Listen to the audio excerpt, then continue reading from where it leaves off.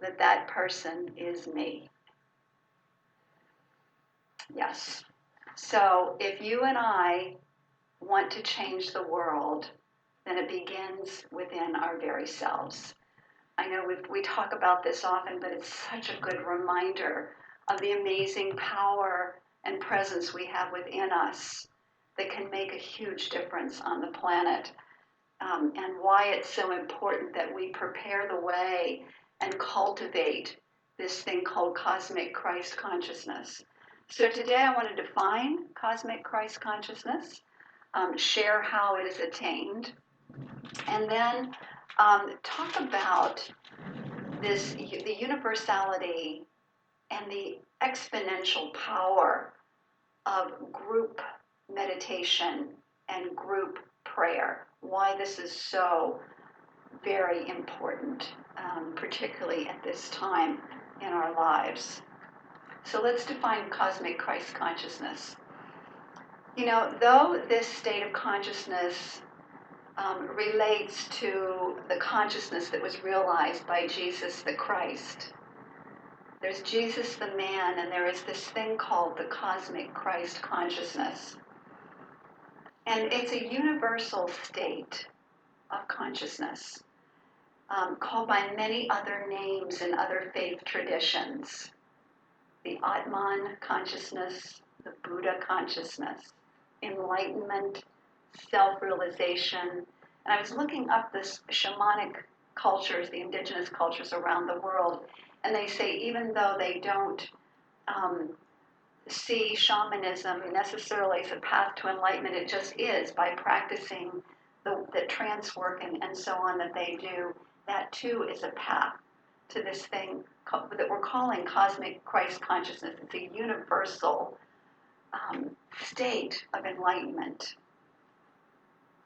So Jesus serves, and his birth is celebrated this time of year, and he serves as the great example of this thing called oneness or cosmic Christ consciousness. This state of consciousness is the birthright of all humanity. It can be attained by any of us if we are willing, because we are all emanations or children of the Most High Presence, God, universal life, universal mind. And cosmic Christ consciousness is embodied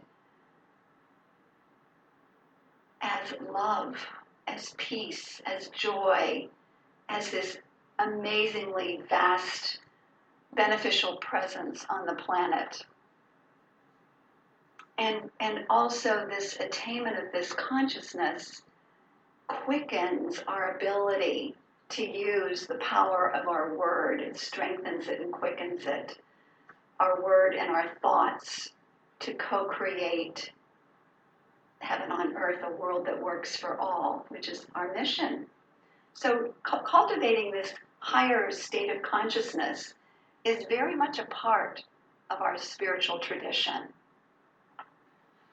So how is it then that this cosmic Christ consciousness is attained? Well, those of you who have been around for a while know that it has to do with spiritual practice, intention, an intention to be that presence, but regular spiritual practice. And so often we think of individual practice at home, right? Having a daily spiritual practice. So we know that that's the spiritual practice that we do on our own expands something called a field of consciousness, of this field of cosmic Christ consciousness around us. And scientific studies are showing that and demonstrating how that are, taking pictures of it, that's what happens, this beautiful expansion of the light that we are. And we also know that light is truly our being in scientific studies by, I'm thinking of Francis Popp, who first discovered that we are light and that we emit light.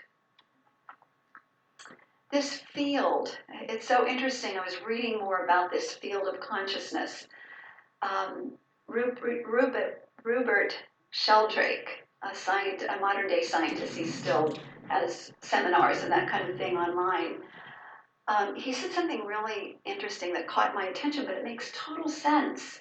We often think that our memories are in our brains. And so when the brain goes, when we die, we leave the body, okay, where does that leave us? But they're finding that no, that's not really truly where, we access it. It gets triggered through our brains, but while we're here in this body. But when we leave the body, there's this field of consciousness that's developed over time that we take with us on our eternal journey, that state of consciousness that's developed here and now. And that's why it's so important to develop the heavenly state of consciousness here and now in this present moment, because it goes with us wherever we go, after we leave the body. So this cosmic Christ consciousness field, then, we can develop on our own, but we can also develop it in a group. And here's the cool thing that happens, is that field is enlarged even more through group meditation and prayer. Scientists are proving not only that this field exists, but that what I'm talking about actually exists, this greater expansion that goes beyond the boundaries and exponentially increases this amazing field for the whole group. So the powerful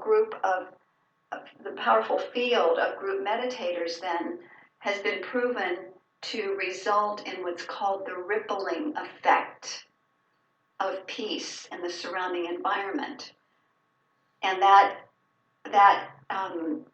has been shown also in other studies with people like James Twyman, who, when he had directed meditations, and he's had directed meditations to different parts of the world, and have sent scientists with instruments that measure the change, can actually measure the change, but also measuring other things too that are pretty astounding. Lynn Taggart also, with her intention experiments focused on a different part of the world, has also shown the power of group prayer. Here's the thing. According to unified field superstring theory, I love this stuff, in physics, waves of vibration flow from everything in the universe, affecting the collective consciousness. Well, we know this, but I think it's so cool when the scientists have caught up and are proving this, because it helps those of us who have little bits of doubt in our minds that this is a real thing here. So groups have the power then to enliven and strengthen the field in these higher frequencies and vibrations of love and peace and joy. Cellular biologist Bruce Lipton, I love his work, in his book, The Biology of Belief, says that consciousness can change the physical environment around us as well by altering the field. So we alter the field and it changes our environment. This is something that we talk about often. And I think it's just really awesome to bring in the science behind it. And so many of you have heard of the Maharishi effect experiments. But I just wanted to refresh us with this one particular experiment that took place between 1998 and 1991. It took place in Merseyside, England. And 1% of the population of that town meditated every day from 1988 to 1991. And the crime rate dropped so much that Merseyside went from being the third highest in crime to the lowest city in crime in the entire country of England. And so here's some of the factors that I think might really be interesting to those of you who are scientists. They also had a control town of non-meditators that maintained a steady crime rate during that period. And the meditation was the only factor in the study to account for the change, because the scientists also calculated and took recorded the police practices, the local economics, and the demographics, which all remained the same during the study. The dramatically powerful effects of group meditation, group practice. Margaret Mead put it so beautifully when she said, "Never doubt that a small group of people can change the world. Indeed, it is the only thing that ever has." And biologist Rupert Sheldrake, I'm going to talk about his scientific studies a little bit more. He measured the effects of the ancient practices, spiritual practices, on physiology, breathing, heart rate, autonomic nervous system, hormonal levels, brain activity, mental abilities, feelings, emotions, visual imagery, sense of beauty, feelings of well-being, happiness, and compassion. Meditation had a positive effect on all of these factors. He concluded that the underlying purpose, however, of meditation is to reach these exalted states of consciousness, that consciousness of oneness. And he said, literally, what we do is we draw the universe into our soul when we meditate. Isn't that beautiful? And so we know then that these practices of meditation and group, whether it's group meditation or group prayer, which we do here as a community every Sunday, creates a field of higher, more expanded levels of consciousness that can transform the collective consciousness of the world. That is why we gather, that is what we are up to, and that is actually proven scientifically to be what's happening.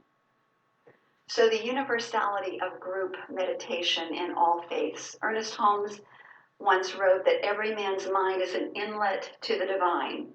So when we meditate, we are working in harmony with all faith traditions. So it's important to us to remember that we're working in harmony with what all faith traditions are really truly up to, which is, he says, seeking the unity of the one, whom has been given the name of love. That's the commonality, love. The intention to be that presence of love and see it flourishing in the world. That's the overall intention of all of these different traditions, whether it's indigenous or the religious traditions of the world. So when you think about it, the Buddhists, the Taoists, the Hindus, the Jains, the Sikhs, and we New Thought people pursue meditation as a path to enlightenment or cosmic Christ consciousness. One well-honored practice is sitting in the silence, witnessing the thoughts, and in just a very detached manner, watching them until they disappear. And then there's this beautiful expanded state of consciousness and silence. And it's something that's attained over time, but there can be little moments of silence. And even those little moments of silence are very powerful. In the stillness, in that silence, we awaken the cosmic Christ consciousness. There are also other practices of meditation that we see in the Jains, the Sikhs, the Hindus, mantra, chanting, mindfulness, yoga practice, breathing, tai chi, contemplation. And the Christians have their own form of meditation. They meditate on the meaning of the scriptures and recite the rosary, practice rituals. When they enter the silence, it's a reflection on the nature of God.